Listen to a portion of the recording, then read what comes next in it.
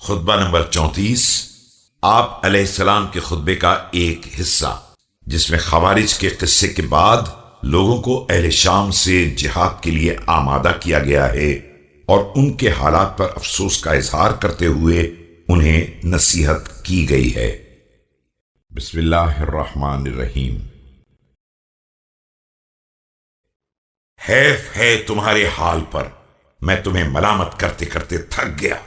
کیا تم لوگ واقعاً آخرت کے عوض زندگانی دنیا پر راضی ہو گئے ہو اور تم نے ذلت کو عزت کا بدل سمجھ لیا ہے کہ جب میں تمہیں دشمن سے جہاد کی دعوت دیتا ہوں تو تم آنکھیں پھرانے لگتے ہو جیسے موت کی بے ہوشی طاری ہو اور غفلت کے نشے میں مبتلا ہو۔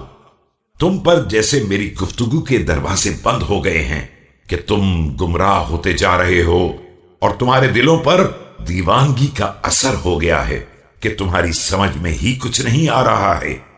تم کبھی میرے لیے قابل اعتماد نہیں ہو سکتے ہو اور نہ ایسا ستون ہو جس پر بھروسہ کیا جا سکے، اور نہ عزت کے وسائل ہو جس کی ضرورت محسوس کی جا سکے۔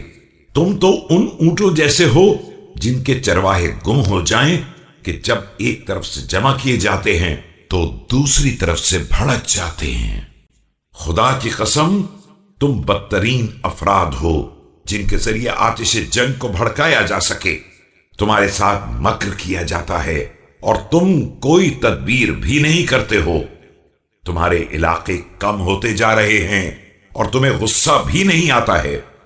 دشمن تمہاری طرف سے غافل نہیں ہے مگر تم غفلت کی نیند سو رہے ہو۔ خدا کی قسم سستی برتنے والے ہمیشہ مغلوب ہو جاتے ہیں، اور بخدا میں تمہارے بارے میں یہی خیال رکھتا ہوں کہ اگر جنگ نے زور پکڑ لیا اور موت کا بازار گرم ہو گیا تو تم فرزند ابو طالب سے یوں ہی الگ ہو جاؤ گے جس طرح جسم سے سر الگ ہو جاتا ہے۔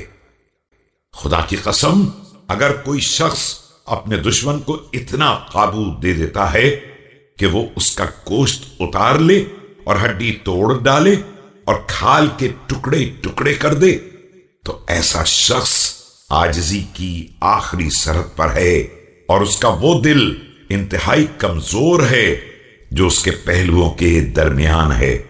تم چاہو تو ایسے ہی ہو جاؤ۔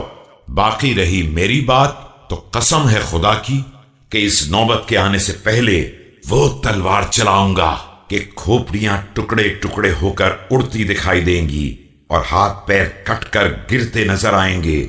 اس کے بعد خدا جو چاہے گا وہ کرے گا۔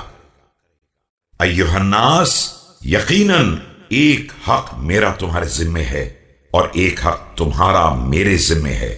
تمہارا حق میرے ذمے یہ ہے کہ میں تمہیں نصیحت کروں اور بیت المال کا مال تمہارے حوالے کر دوں اور تمہیں تعلیم دوں تاکہ تم جاہل نہ رہ جاؤ، اور ادب سکھاؤں تاکہ باخبر ہو جاؤ۔ اور میرا حق تمہارے اوپر یہ ہے کہ بیعت کا حق ادا کرو اور حاضر و غائب ہر حال میں خیر خواہ رہو۔ جب پکاروں تو لبیک کہو اور جب حکم دوں تو اطاعت کرو۔